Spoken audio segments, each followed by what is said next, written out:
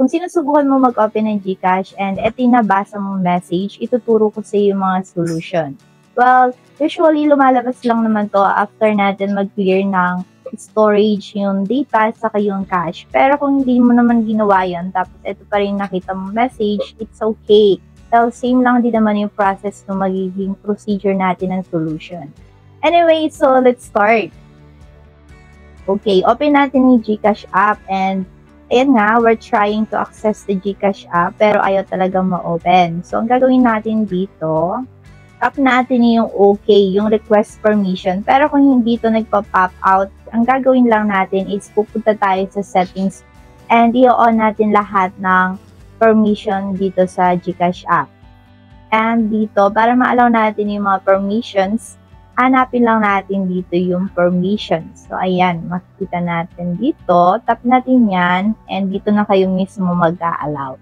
So, dapat lahat yan naka-allow. Pero itong microphone and physical activity, okay lang kahit hindi naka-allow yan. Okay?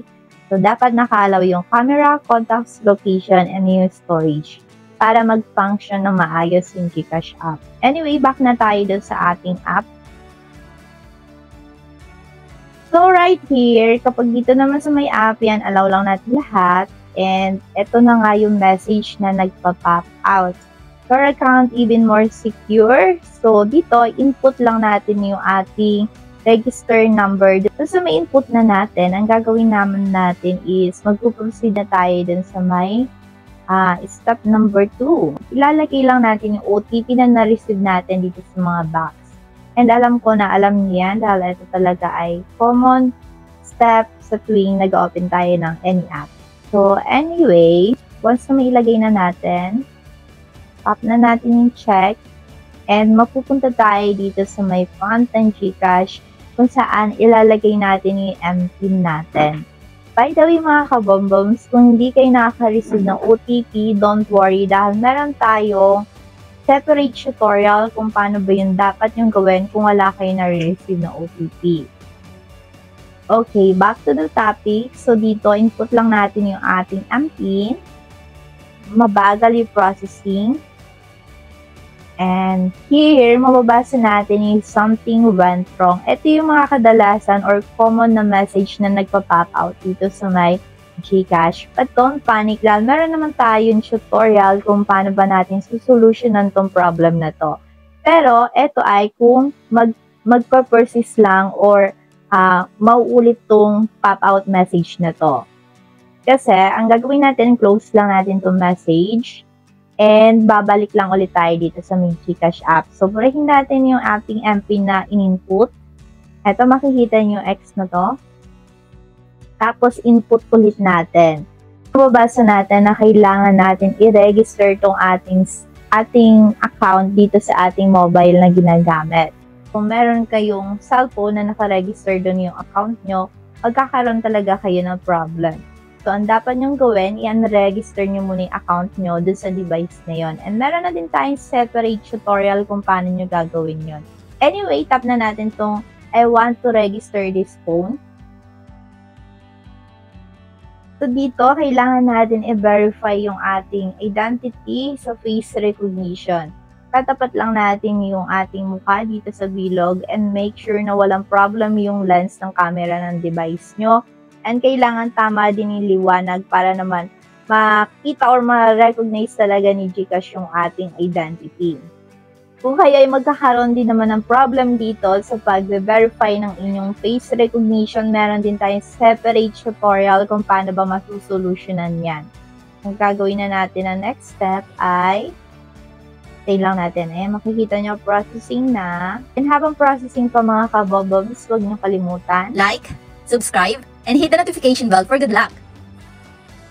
Hindi ko alam kung ano na ba yung susunod dahil parang hindi naman natapos yung processing pero biglang nawala. So, ang gagawin lang natin pag ganyan yung na-encounter natin, tap lang ulit natin yung I want to register this phone. Hanggat wala pa tayo na-receive ng command kung ano ba yung susunod na gagawin natin, tap lang natin, huli natin, click. Ayan, so meron na naman nag-pop out ng message, something went wrong. So, tap lang ulit natin yung try again. And binalik tayo ng GCash dito sa my homepage kung saan i-input ulit natin yung MPIN. Okay, paulit-ulit lang pero okay lang yan mga kabomboms para saan pat ma-open din natin ating account. Tap ulit natin yung I want to register this phone. And i-comment nyo din sa may baba kung ilang beses kayo binabalik dito ni GCash. Let's see. So dito, take a selfie ulit tayo. Verify natin ating identity. And hopefully, ma-open ko na tong aking GCash account. So now, ang nag-pop out naman ng message, no internet connection. Pero sure naman ako na okay internet connection ko.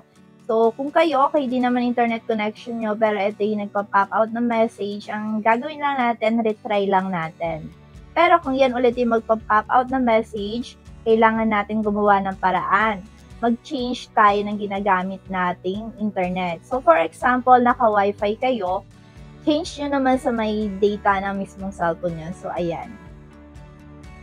Halimbawa, naka-router kayo, change nyo naman sa ibang internet.